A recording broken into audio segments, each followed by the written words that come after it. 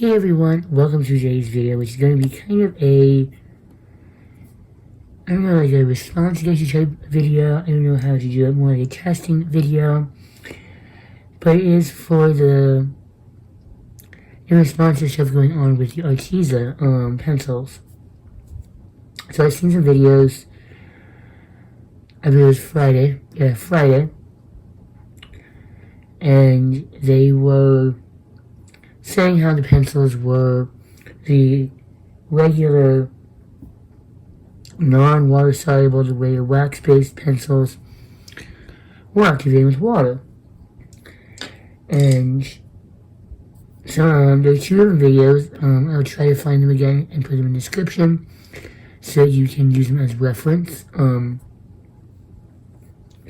But I watched those videos and I'm like, this is kind of interesting. So let me go ahead. I know I have been a big supporter of Arteza in the past on my channel. I do enjoy the product.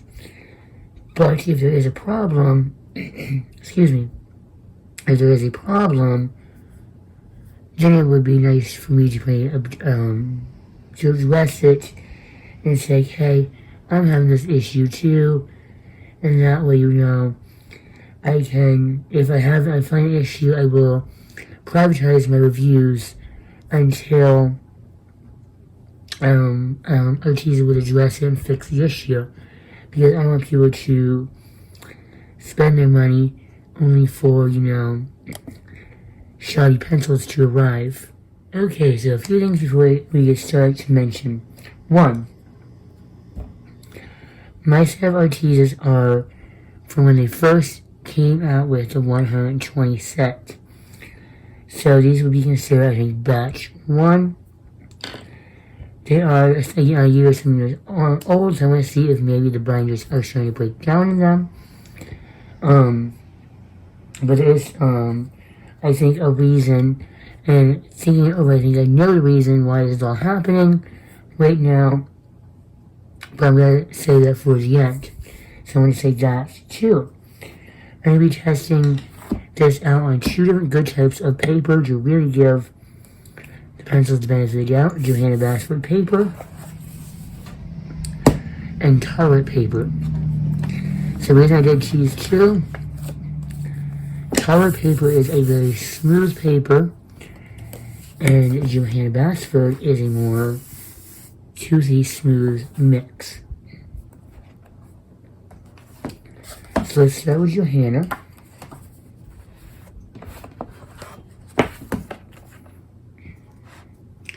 And I'm going to do two different techniques because watching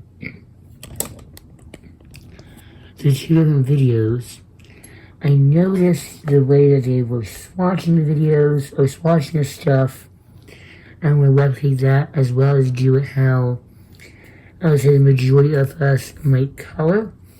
So also, just your plain old drinking water.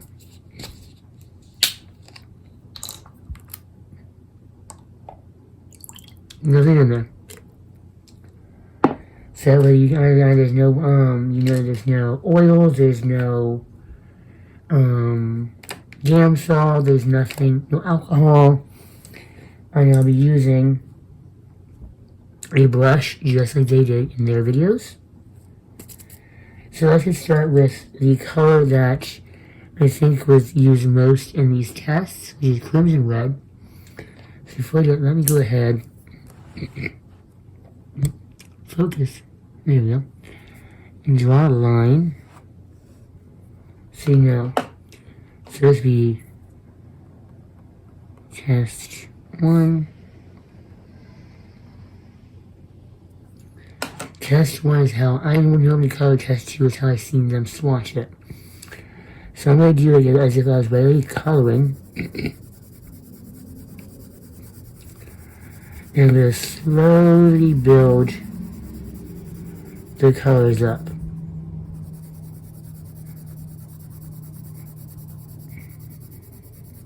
So I think this would be the main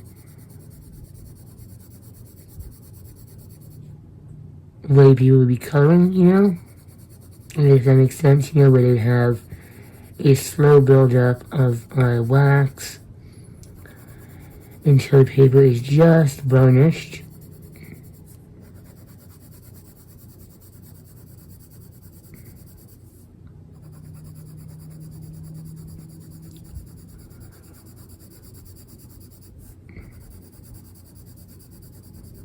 And I do have a little bit of every color. I'm not going to do all that in this video, but I will show a range of the colors for this test.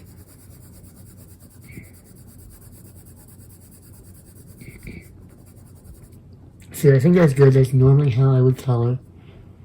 We have the lighter spot, which would be the lightest color, your medium color, your dark color. Now, how I seen the two people when testing this out was just to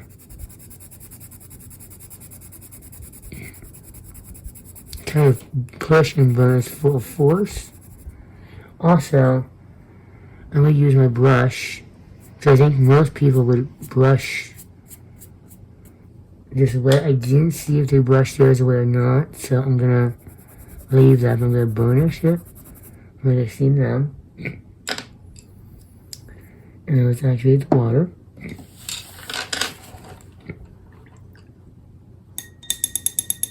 You can see it's nice and wet. Okay.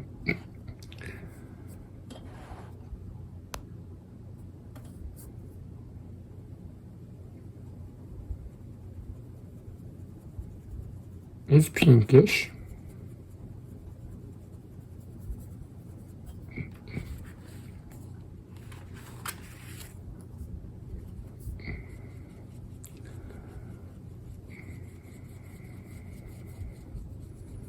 Is it pigment water? Yes. With pigment, I should say yes. But unless I sit here and scrub at it, which you wouldn't really be doing with a brush, it's not going to come up. And let's test this theory, which is the push down burnish. Which, yes, this is doing that. Now, I have a reason why I think this is why it's doing it. One, I think that's enough, you can see it. First and foremost, one,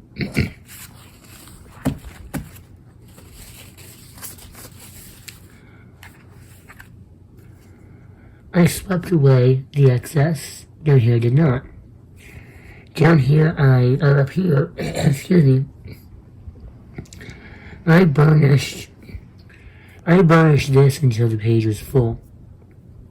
Here, I burnished until there was wax bloom. Meaning, I lift this up, the page was full. I picked up what was in the crevices of the tooth here on this on a piece of paper. On this one, I was picking up the excess. So what I'll do again is I'll do a second test.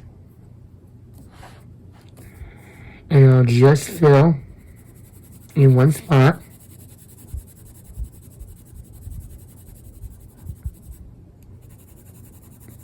Going from light pressure, medium pressure, to a harder pressure. This is what I would normally burnish at.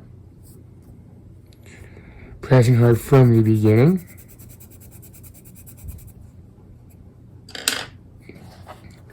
You can kind of see there's very few scatters. Where here, you can see the pigment from the pencil, the dust on top of the page, which means I'm going to take this right now, once again, doing what the average person would be coloring, at that the strength you'd be using in your books, you know what I mean? You get the slight pigment, which that happens with Prisma. My Prismas would do that. If I come down here, and you go over this one,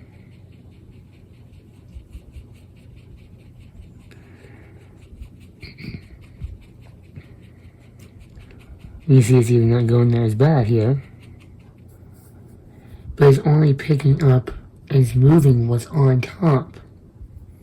So I do one final test here with this red of a hard burnish and sweep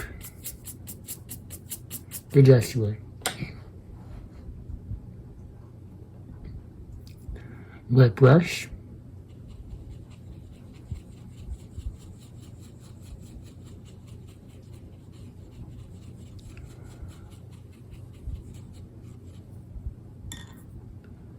Is slightly lighter than this, but it's more akin to that.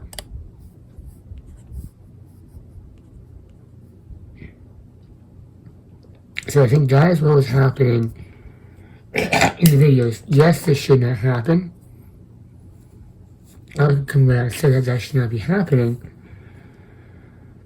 But all three of this is gonna happen if you are burnishing your page to that extent.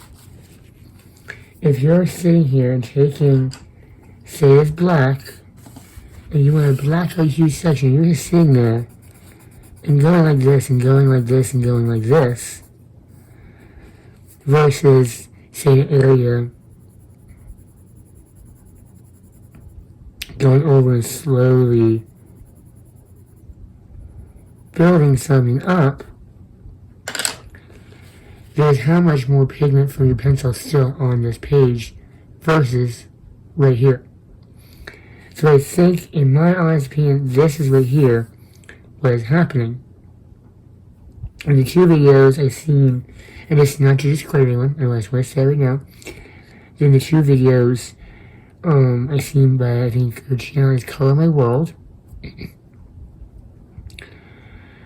all the swatches that are being tested were at super hard burnish level, from what I've seen and what I remember.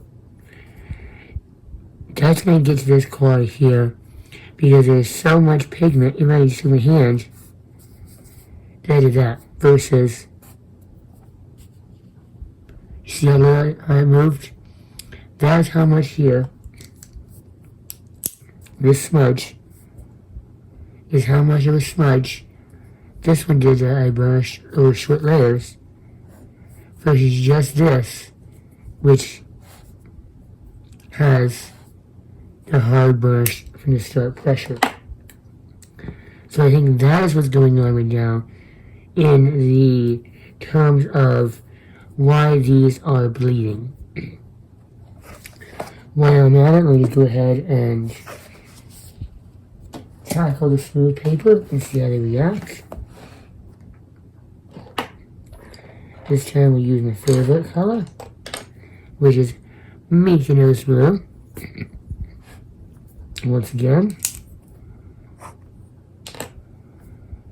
I'm gonna go soft, slowly burnish.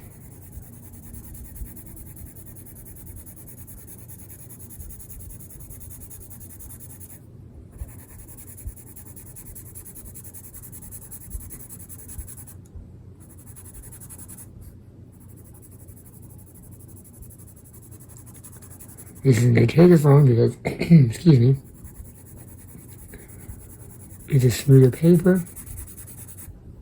There you get the point. Then, straight up hard from the beginning.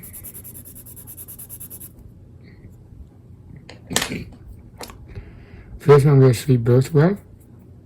And a little bit of the pen. Get the water, and once again, it is wet.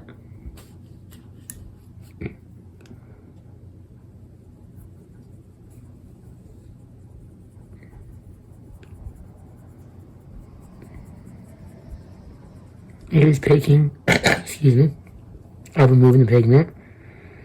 But if I'm sitting here doing a watercolor, say I'm doing water over on this side, and this is where I have a color, I gotta be careful. So if I get a little tiny bit of color, I can fix that, you know what I mean?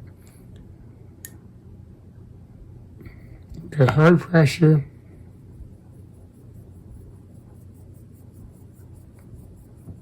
It's moving the pigment, the excess pigment on the paper.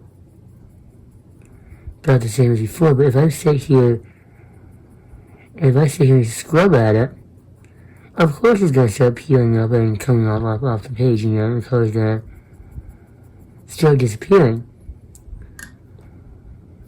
But I can't do that, because if you're watercoloring, and you're watercoloring so hard that you're peeling up the color of your pencil that you've burnished,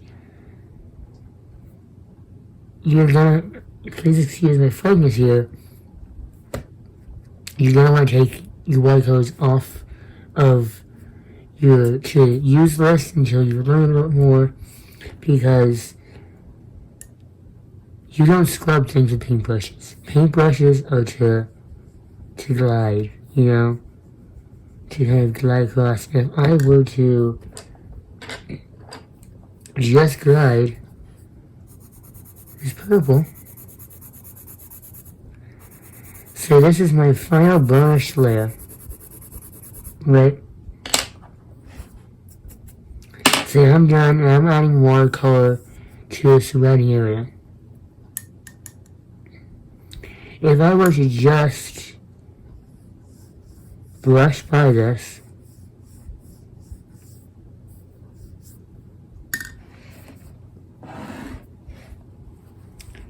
that's the result of this brushing by. It's a shadow. So let me just put all this some of this stuff away and collect my thoughts. Okay, so final thoughts, what do you think is going on here?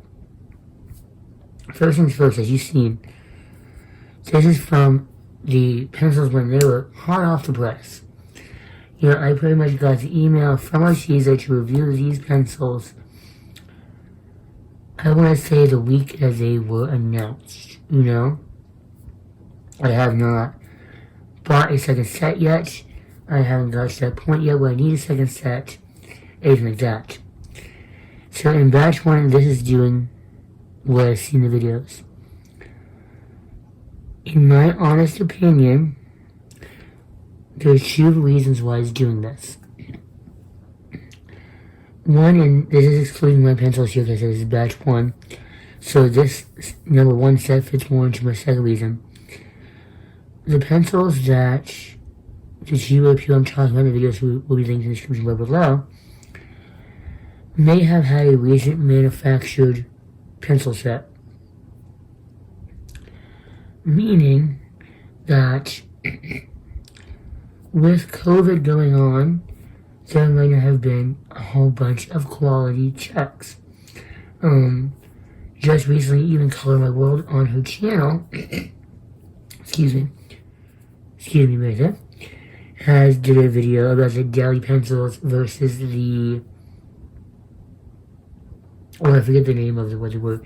They're supposed to be they're the same company, same brand, but they're different pencils. That could be the kind of situation going on right now with Arteza, or Arteza, how you pronounce it, where they had to ship their pencils manufacturers to a new company. They still retained the outside look, but the quality inside might have not been as good. That's my theory on what's happening with their pencils. My theory is what's happening with my pencils, in the way that they swatched them in the videos where I've seen, is there's just too much dang ink on, or too much dang wax on this paper. Anything's gonna move this wax. As you see, even a smudge test moved the wax. So, as you see here, it picked the pigment up, yes. Not gonna lie.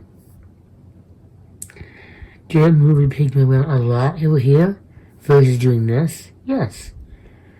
In my honest opinion, if you're a straight colorist who does have hard pressure, be it if you're using Arteza, maybe be a little more careful when you are using your water-based mediums. Or use your water-based mediums before you use your pencils. I always recommend, like say you're going to be doing, say this background here. Don't do this flower before you do this background watercolor. Do this background first, then do this. Don't do that the other way around, you know? So, in that regard, yeah, it got picked up. Now, in terms of the fixative, the other person was talking about, the guy was talking about, and looking smudgy, that I do not know. That I cannot even comment on. I do not use a fixative in my comic books. As you can close it. I do not use a fixative in my comic books. I use hairspray in my comic books. When I pull out a page, I use Arteza and hairspray to lock in.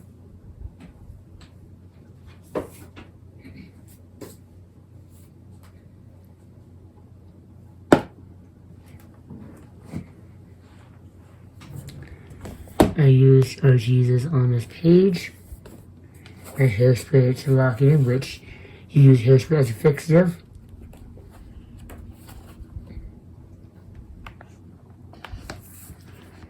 There is no smudging. There is no bleeding. There is no nothing. Even, I was even lucky my paint pen even stayed the same white color instead of being a faded in color.